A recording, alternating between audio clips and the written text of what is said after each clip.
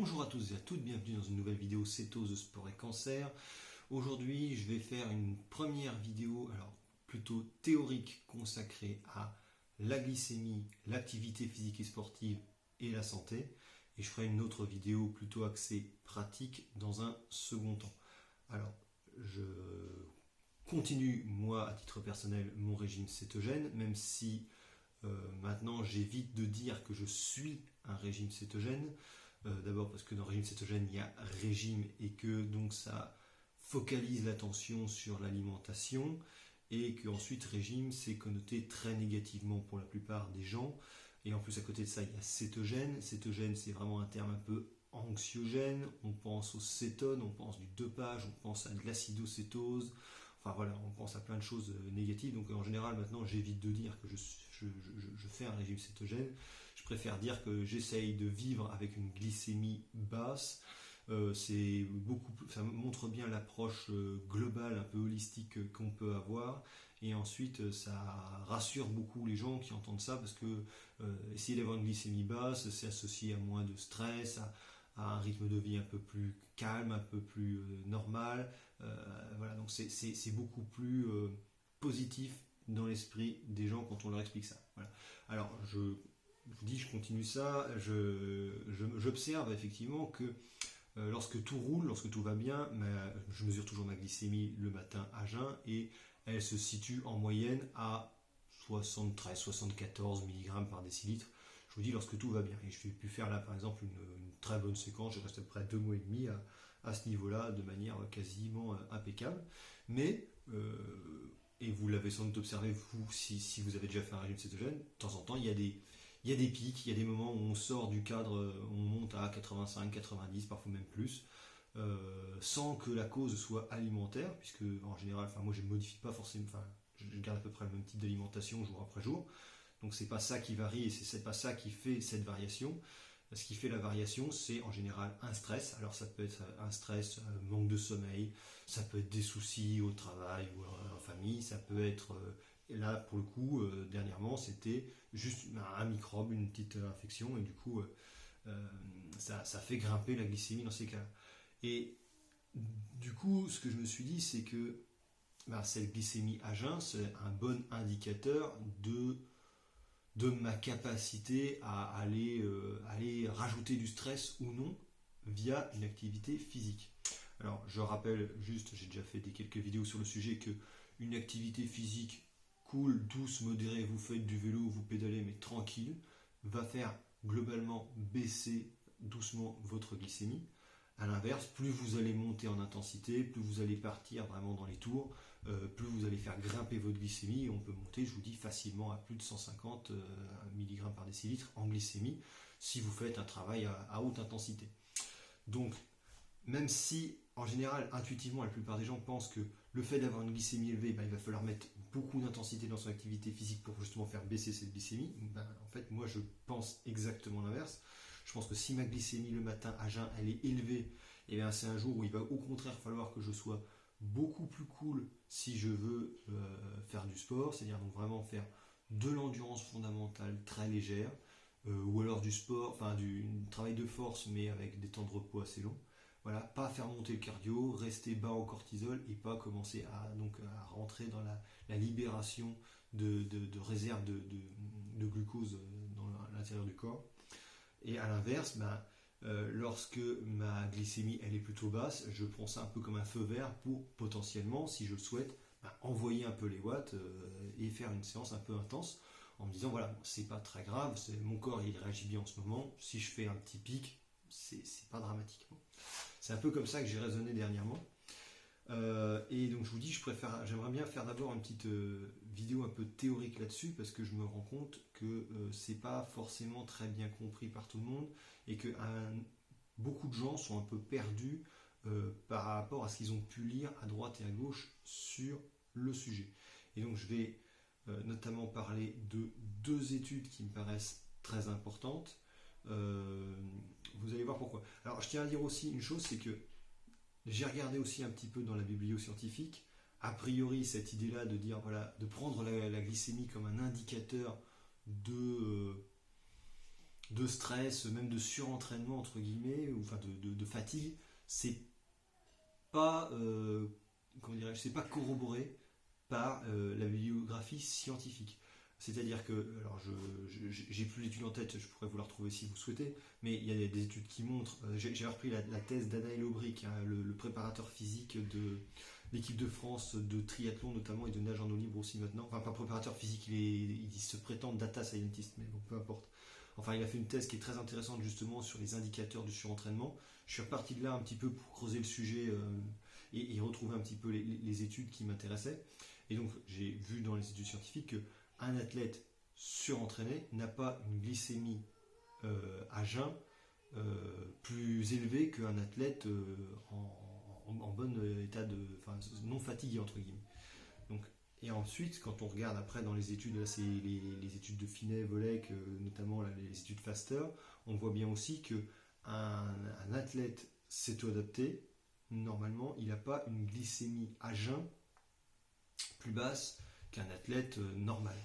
Donc, vous voyez, si A égale B et que B égale C, normalement A égale C, c'est-à-dire que une personne céto-adaptée fatiguée, elle ne doit pas avoir une glycémie plus... Enfin, voilà. Vous voyez ce que je veux dire? C'est-à-dire que normalement, tout le monde a à peu près la même glycémie à jeun dans ces études-là. Alors, moi, ça me surprend.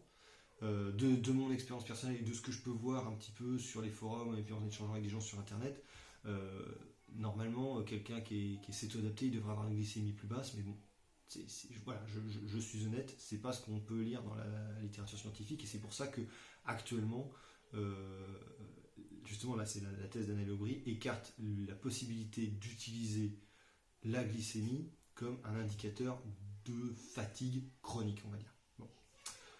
Donc je reviens sur les deux études sur lesquelles je veux vraiment insister, parce que la première c'est une étude, alors c'est Devine et al. Alors ce qui m'intéresse dans ces études, c'est qu'elles sont disponibles gratuitement sur Internet, donc vous pourrez les parcourir pour les plus curieux d'entre vous. Et aussi, il y a d'excellents articles de vulgarisation en français qui ont été faits sur le site SCI Sport. Je les remercie au passage, et je mettrai tous ces liens-là en dessous de la vidéo pour les curieux, mais je vous explique un peu ce qu'il faut en retirer. Alors, la première qui m'intéressait beaucoup, je vous le fais en français, des exercices fractionnés à haute intensité réduisent le développement de cellules de cancer du côlon. Moi, ça me concernait directement et je trouvais ça très bien. Je me disais, ça c'est chouette, voilà, la haute intensité, c'est très bon pour c'est bon pour moi de faire des exercices du fractionné à haute intensité pour prévenir la réapparition éventuellement de cette maladie-là chez moi. Mais et c'est là que c'est quand même intéressant de regarder, parce que si on s'arrête là, si on prend les points clés comme ils le mettent dans l'étude, on se dit voilà, il faut envoyer quoi, régulièrement, au contraire, parce qu'ils disent même que l'effet est positif, mais il ne dure pas longtemps. Il faudrait envoyer régulièrement et faire du fractionné régulièrement. Le problème, moi, majeur que j'ai, c'est-à-dire qu'ils ont pris des personnes qui étaient relativement âgées. D'accord, je m'explique. En moyenne, quand même, l'âge, on va dire à peu près 65 ans. Je regarde depuis en même temps. Donc, c'est des gens qui ont eu des problèmes de cancer du côlon, qui ont été en général opérés, radiothérapie, chimiothérapie, etc. Voilà, donc ils ont repris un petit peu. Évidemment, il n'a pas pris des gens qui étaient mourants, hein, mais il a pris des gens qui s'en étaient remis. Mais bon, voilà, on a quand même des gens qui ont eu des graves problèmes de santé récemment et qui ont quand même 65 ans, je vous dis à peu près, en moyenne. Donc, il leur fait faire un protocole de haute intensité. Il faut savoir que ce protocole-là, c'est un 4 minutes d'effort, 3 minutes de récup, répété 4 fois.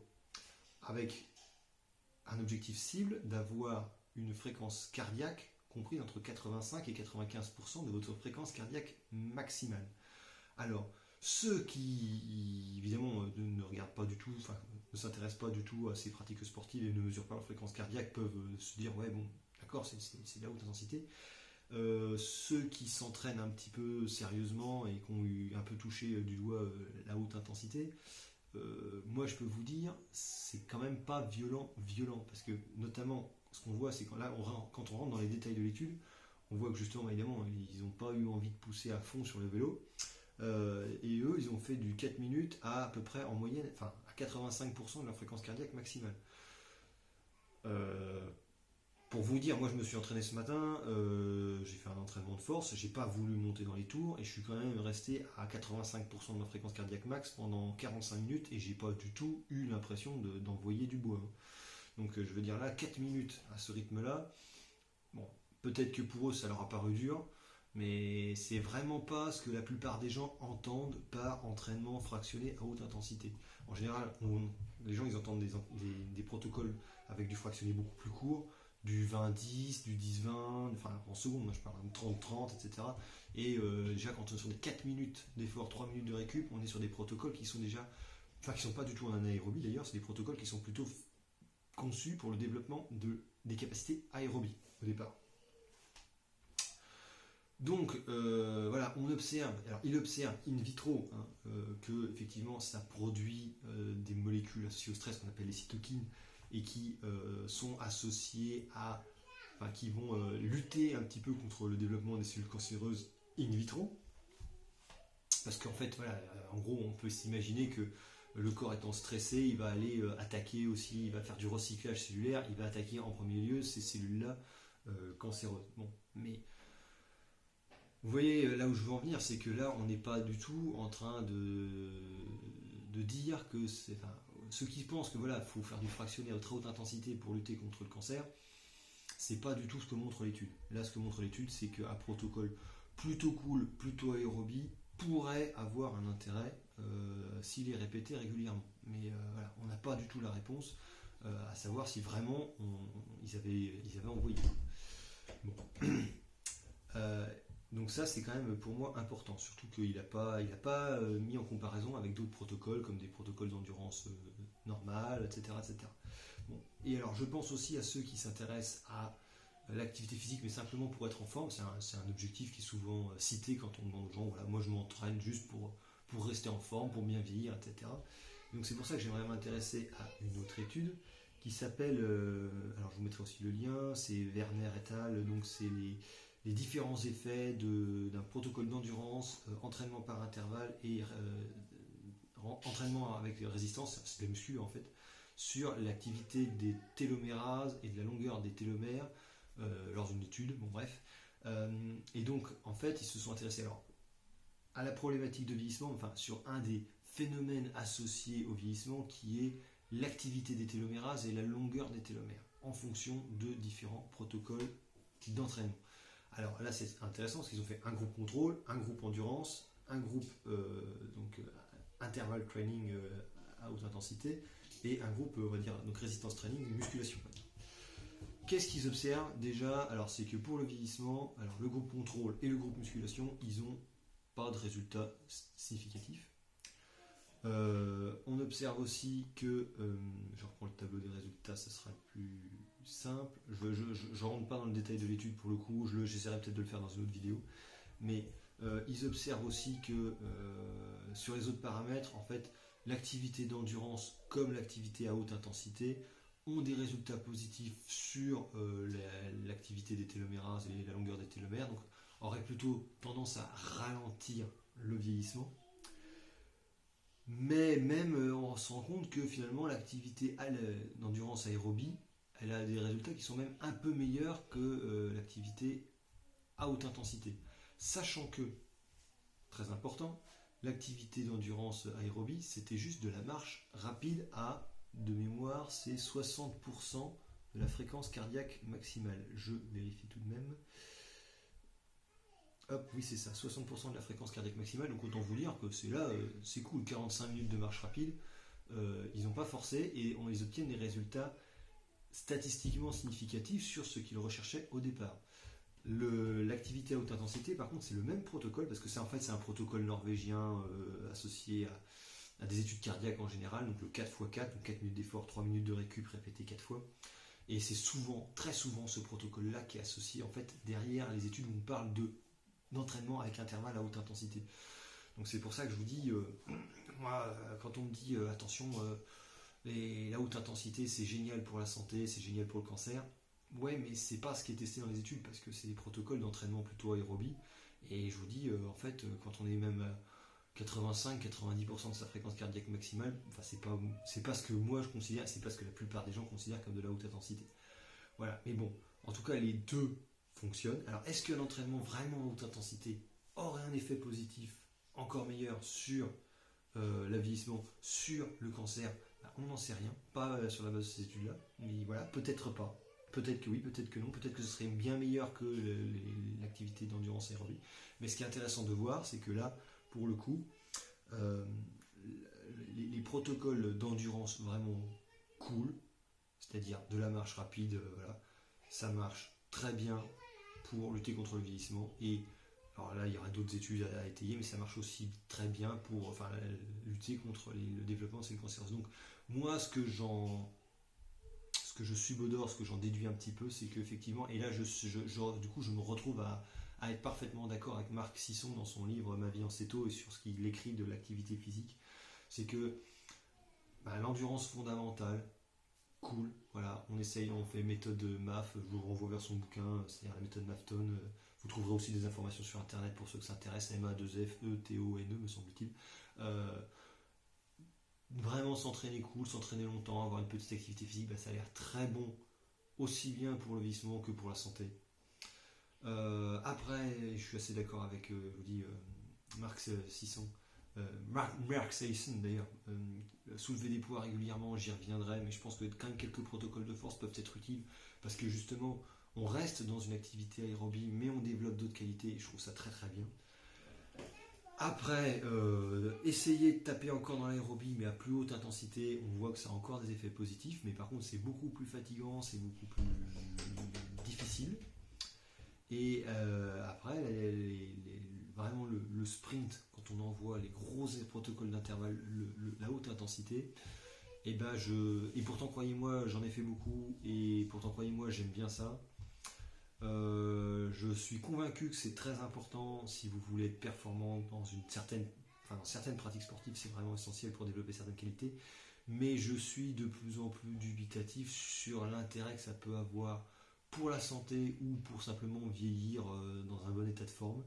Et du coup, je me retrouve à rejoindre un petit peu ce qui peut être développé par, notamment, je pense à James Fitzgerald dans OPEX Fitness. On trouve aussi pareil ça sur internet pour ceux que ça intéresse, mais c'est des ressources en anglais. Alors c'est OPEX, OPEX.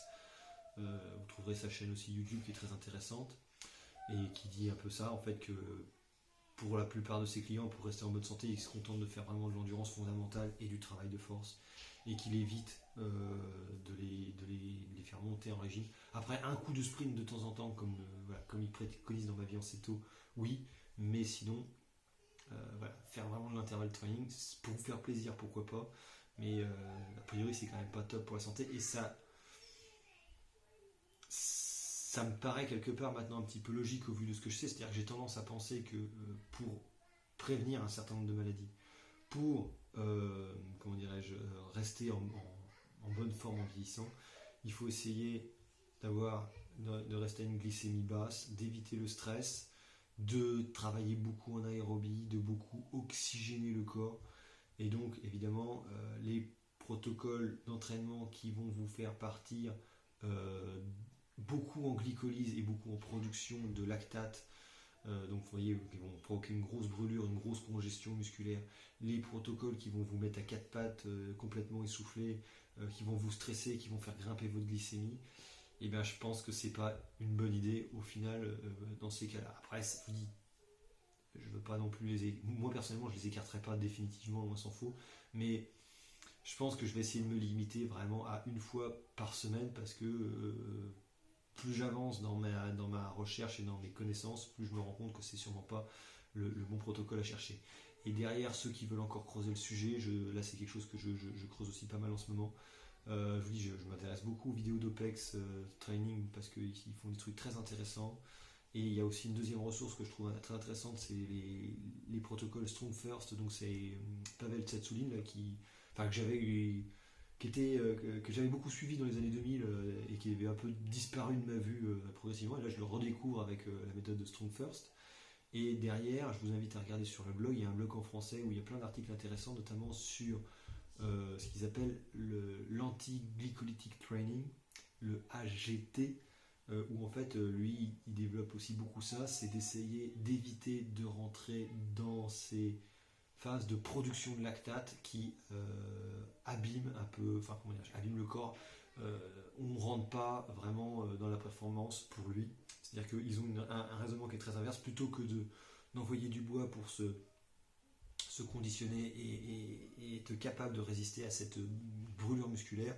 Eux, ils essaient justement d'être le plus à la limite du seuil de production de lactate pour le repousser le plus loin possible et éviter justement de se cramer. Et du coup, ce qui me parle un petit peu aussi, ce que je trouve intéressant, c'est que d'un côté, ces entraînements-là, ils sont beaucoup plus...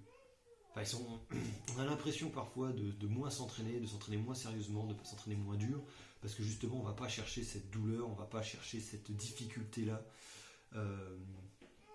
Mais en même temps, qui dit douleur, en général, dit signal de ne pas aller creuser dans cette direction-là. Voilà. Alors après, évidemment, tout dépend de ce que vous voulez faire dans votre vie. Hein.